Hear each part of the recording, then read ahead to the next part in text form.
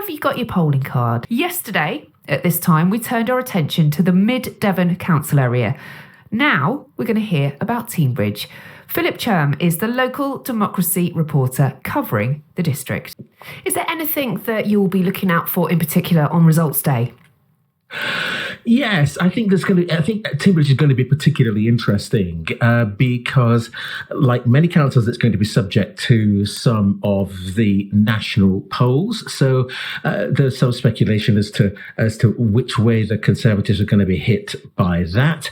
The Lib Dems have been criticised particularly by the South Devon Alliance, which has very much come into its own. It's a small group, but it's been particularly vocal. But now they are got candidates in most of the seats. They've got some quite high-profile candidates as well. They've even got David Knopfler, the brother of Dire Straits Mark Knopfler, as one of their candidates.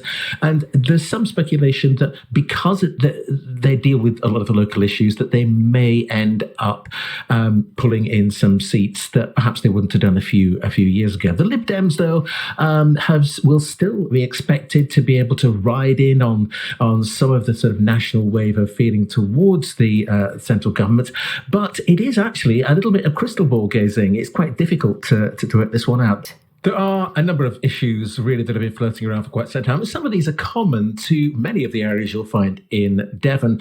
Some of the specific ones to Teignbridge are that quite recently there was a failed levelling up bid. Teignbridge District Council had applied for £14.5 million of government cash. That was an application that went in last year. That was to hopefully create a cycle route between Newton Abbot and Torquay and build a rail bridge linking Kincaswell and Walborough. Now, there was a lot of blame between all the various parties on the council there, which meant about why it didn't happen, but the fact is it didn't. So they've got to go back to the drawing board on that. And there was a lot of controversy also a couple of months ago when the council itself was told off by the local government watchdog.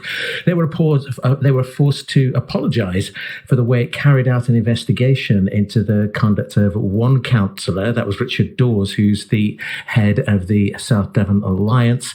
But we found out that they'd gone through that process incorrectly and they were forced to apologise. That's Philip Cherm there, the local democracy reporter who covers the district of Teignbridge. It's 5:42.